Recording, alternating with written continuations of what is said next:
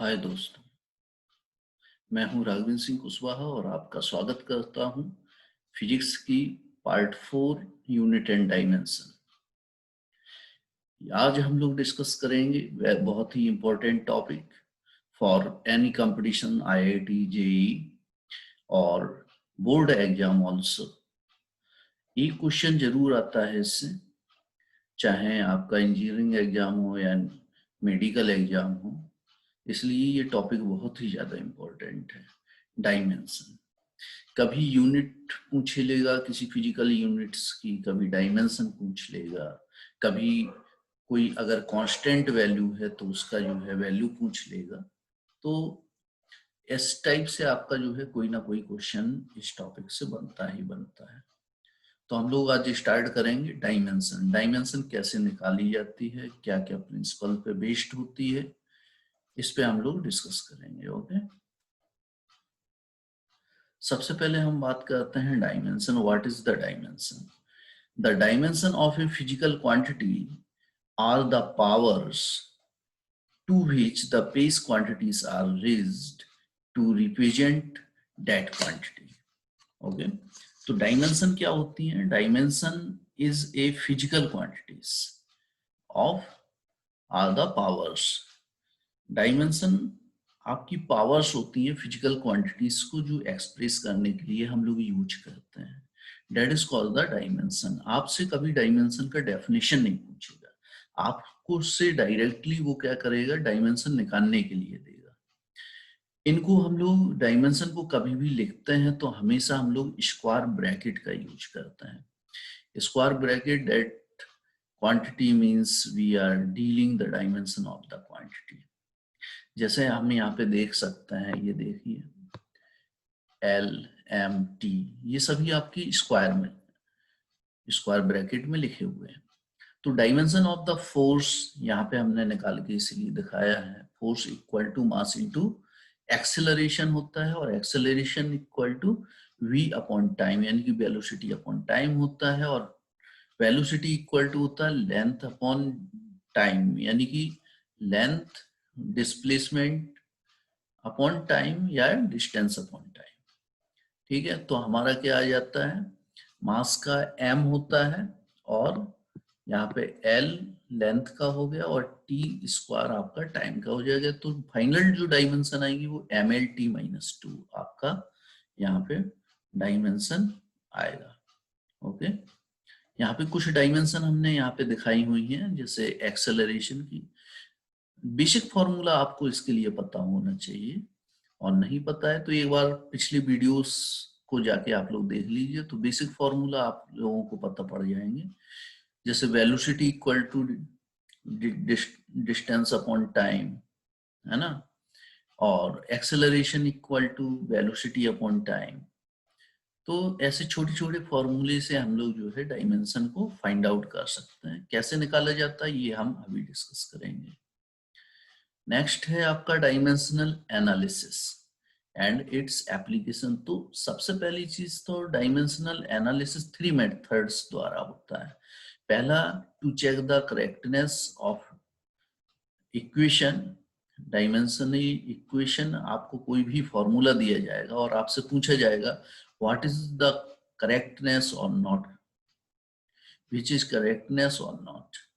Okay, दूसरा आपका unit conversion आएगा, जैसे एमकेएस, सीजीएस, हमने सिस्टम पढ़ाए थे, एफपीएस, 3 टाइप्स ऑफ सिस्टम्स। तो one system to other system आपका जो है कन्वर्जन आएगा यूनिट, जैसे एमकेएस से सीजीएस में, सीजीएस से आपका एमकेएस में, एमकेएस से एफपीएस में, एफपीएस से सीजीएस में। जनरली आपका एमकेएस और सीजीएस में ही कन्वर्जन आता है, एफपीएस बहुत कम ही आपसे पूछा जाता है।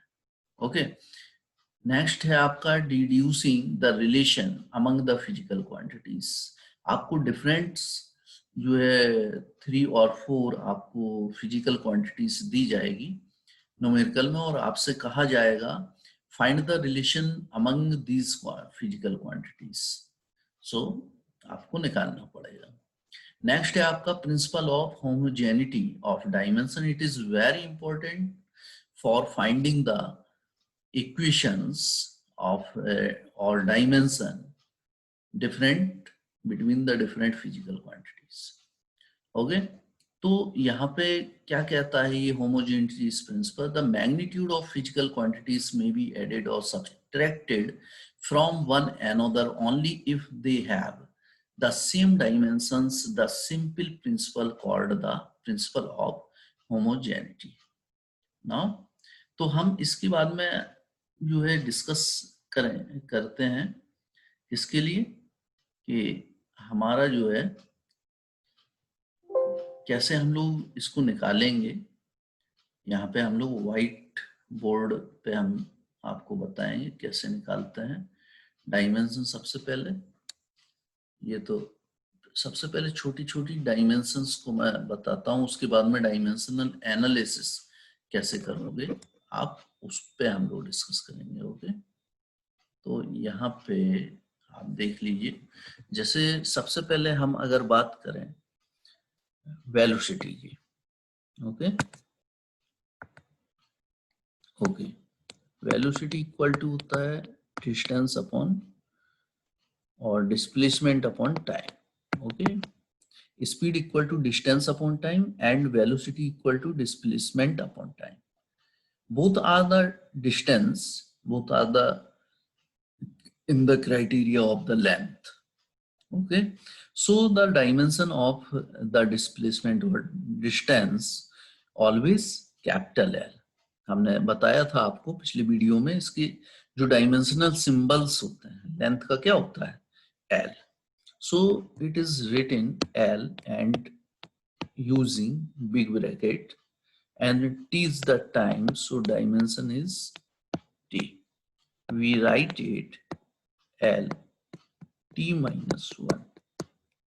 Okay. Next we find A equal to, this is the acceleration. Now acceleration equal to velocity upon time. So velocity, the dimension of velocity Lt minus 1, we can write it Lt minus 1 using big bracket and upon D. So the dimension will be Lt minus 2. Okay. Just like this, we find the different dimension of physical quantities like force. F equal to m into a. m into a. m क्या है? Mass. So capital M. And a we find the Lt minus 2. Lt minus 2. Okay. We can write it m Lt minus 2. Okay. Next, we can use power, dimension of power. Yes, power equal to, power को बाद में निकालते हैं, पहले work done निकाल लेते हैं हम लोग, है ना। सबसे पहले हम लोग निकाल लेते हैं, इसके बाद में work done W. W equal to क्या होगा? F इंटू डी, यानी कि डिस्प्लेसमेंट, फोर्स इंटू डिस्प्लेसमेंट। तो फोर्स के हम लोग निकाल चुके हैं M L T minus 2, M L T minus 2, yes, and displacement is L, so we can write it m l t ml square t minus 2. Okay, अब अगर हमें पावर की निकालनी होगी तो पावर क्या होता है? W by T, rate of doing work. So W by T, P equal to, यहाँ पे हम लोग लिखेंगे P equal to W by T। Okay, तो यहाँ पे देख सकते हैं निकाल चुके हम लोग वर्क डन की, तो T ऊपर चला जाएगा, हमारी जो फाइनल डायमेंशन आएगी ml square T minus 3। Okay, आप लोगों को निकालना आ गया होगा, एक बार फिर से प्रैक्टिस कीजिए, आपको ये आ जाएगा। अब हम लोग बात करते हैं डायमेंशनल एनालिसिस, जो 3 मेथड्स हमने आपको बताए थे। सबसे पहला मेथड पे हम लोग डिस्कस करेंगे to check the correctness. To check the correctness, सबसे पहले हम अगर फॉर्मूला ले लें, कौन सा, हाफ की equal to kinetic energy equal to half mv square equal to mgs। जितनी भी वर्क डन की जो डायमेंशन होगी और सारी की सारी जो एनर्जीज की डायमेंशन होंगी सबकी बराबर होंगी, चाहे वो पोटेंशियल एनर्जी हो चाहे वो काइनेटिक एनर्जी हो। आपने पढ़ा होगा वर्क एनर्जी थ्योरम में, आगे पढ़ेंगे आप, तो kinetic energy work done by the displacing body is equal to the change in kinetic energy। तो चेंज इन काइनेटिक एनर्जी, तो हमेशा डायमेंशन क्या होगी आपकी, डायमेंशन जो है वर्क डन की हमेशा एनर्जी के इक्वल होगी। ठीक है, तो यहाँ पे हमने फॉर्मूला लिया है कि equal to half mv square equal to mgh। ये अगर फॉर्मूला ये राइट है तो तीनों की जो डायमेंशन होगी वो आपस में इक्वल होगी।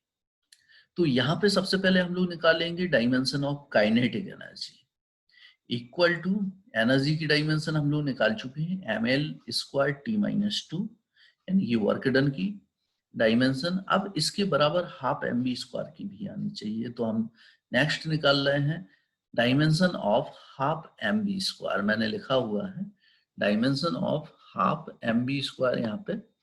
तो यहाँ पर देख सकते हो m की न्यूमेरिकल वैल्यू की कोई डायमेंशन नहीं होती है, m की डायमेंशन हम लोग लिखेंगे तो कैपिटल M, और वेलोसिटी की होती है LT माइनस 1 का होल स्क्वायर हो जाएगा, तो आपका आ जाएगा ml square t minus 2। Okay, work done के बराबर यानी कि एनर्जी के बराबर आ रही है। अब हम निकाल लेते हैं mgh की, तो mgh में m की m हो जाएगी, g आपका है ग्रेविटेशनल एक्सेलरेशन, किसी भी टाइप का एक्सेलरेशन हो उसकी डायमेंशन आपकी वही रहेगी, सिर्फ एक्सेप्ट आपका angular acceleration. Okay, and h आपका किस कैटेगरी में आता है, that is the category of length, so dimension is l। Combined dimension क्या हो जाएगी, m l square t minus 2। So kinetic energy half mv square and mgs has the dimension same dimension, so the formula is correct। Now the second method is unit conversion। okay, देख रहे हैं हम लोग unit conversion. Unit conversion जो formula होता है n1 u1 equal to n2 u2, जो कि ये लिखा हम लोगों ने लिखा है n1 u1 equal to n2 u2। कभी क्वेश्चन आ जाए आपसे कि n1 का n1 है आपका numerical value of unit 1 and n2 है numerical value of unit 2, u1 है unit in one system and u2 है यूनिट इन सेकेंड सिस्टम और other system. So the numerical says that n1 equal to 10 Newton converted into in CGS। Newton किस में होता है, MKS में होता है, और इसको कन्वर्ट करना है हमको CGS में। सो 10 को newton will be equal to the kg metre second minus 2, that is the u1। Okay, and in CGS gram centimeter and second minus 2, that is u2। now we find the value of n2, so we write this equation in the terms of n2 equal to n1 u1 upon u2।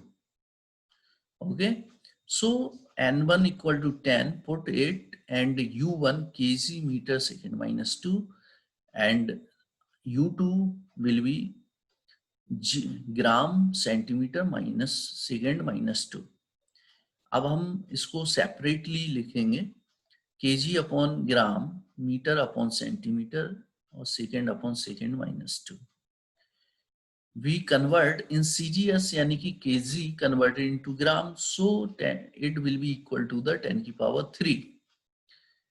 gram, and meter also converted into centimeter. So 10 की power 2 and second is seconds. Okay, that we find the 10 into 10 की power 5 gram centimeter or second minus 2. We find the relation between the Newton and dyne. Dyne is the unit in CGS and Newton is the unit of MKS. Okay. So 1 Newton equal to 10 की power 5 dyne. That is important relation we find the directly in competition exam. So it is used directly in competition exam. So learn it and we discuss the next topic of dimensional analysis is deduce the relation between physical quantities. Now, if the question says the one value is dependent on the other values, like the tension in the string is depend on the velocity of the particle and mass per unit length of the particle. So first we write tension is directly proportional V and M. After that we put the power V की power A and M की power V. Okay. Then we put equal T equal to and find some constants K, V की power A and M की power B. We consider this equation 1. Okay. Write the dimension on both sides. So first is the tension in the string. Tension is the force.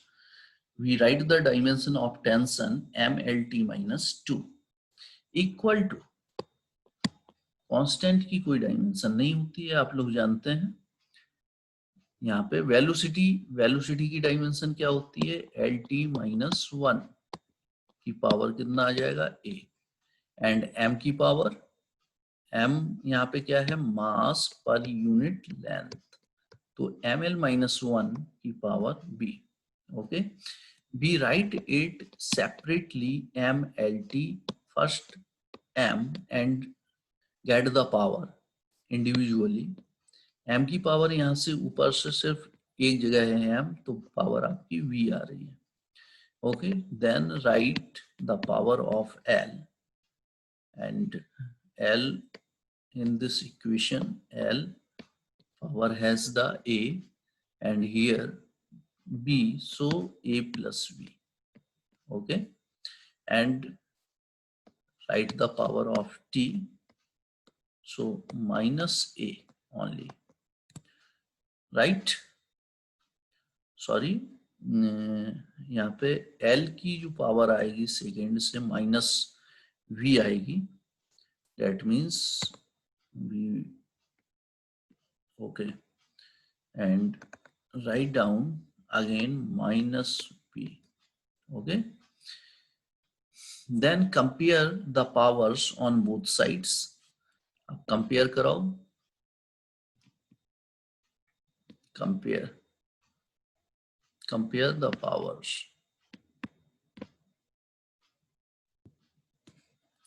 Compare the powers. Powers को कैसे compare कराओगे? अब यहाँ पे देखिए M की power दोनों, यहाँ पे कितना है? B है, और यहाँ पे M की पावर कितना है? 1 है. दैट इज यानी कि V इक्वल टू क्या आ जाएगा? आपका 1 आ जाएगा. यहाँ पे देखिए L की पावर क्या है? A minus V, A minus V, और यहाँ पे पावर कितनी है? यहाँ पे 1 है. ये आपका इक्वेशन सेकेंड आपका बन जाएगा. और यहाँ पे A की देख रहे होंगे माइनस A है, माइनस ए, और यहाँ पे कितनी है टी की power -2. That means a equal to, we get a equal to 2. Okay, we put the value of a in equation second, and there is no need because we find the value of b earlier. We put these values a and b in equation first. In equation first, फिर से एक बार check कर लो. That is right. K V m mass per unit length V, equation आपकी m b a minus v,